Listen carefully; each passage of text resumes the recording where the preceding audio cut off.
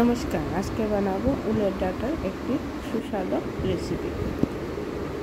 তার জন্য উলের ডাঁটা নিয়ে নিয়েছি,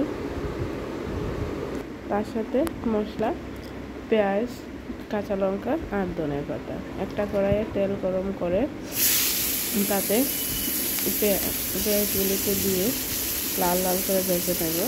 পেঁয়াজ লঙ্কা একসাথে দিয়ে লাল লাল করে ভেজে নিতে হবে। লঙ্কা তেল দিয়ে ভালোভাবে নেড়ে চেড়ে সাথে ভেজে নিচ্ছি।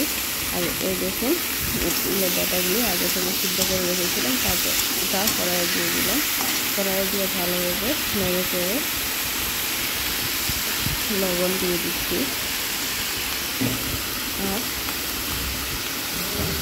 হলুদ দিয়ে দিচ্ছি, দিয়ে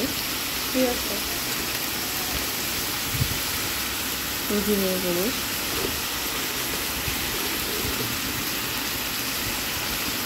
ধনের গুঁড়ো দিয়ে দিলাম। দিয়ে ভালোভাবে একসাথে নেড়ে চেড়ে নেব কিছুক্ষণের জন্য। কিছুক্ষণ পর এখানে চিংড়ি মাছগুলিকে দিয়ে দিতে হবে। চিংড়ি মাছগুলিকে দিয়ে ভালোভাবে নেড়ে চেড়ে কিছুক্ষণের জন্য রাখতে হবে।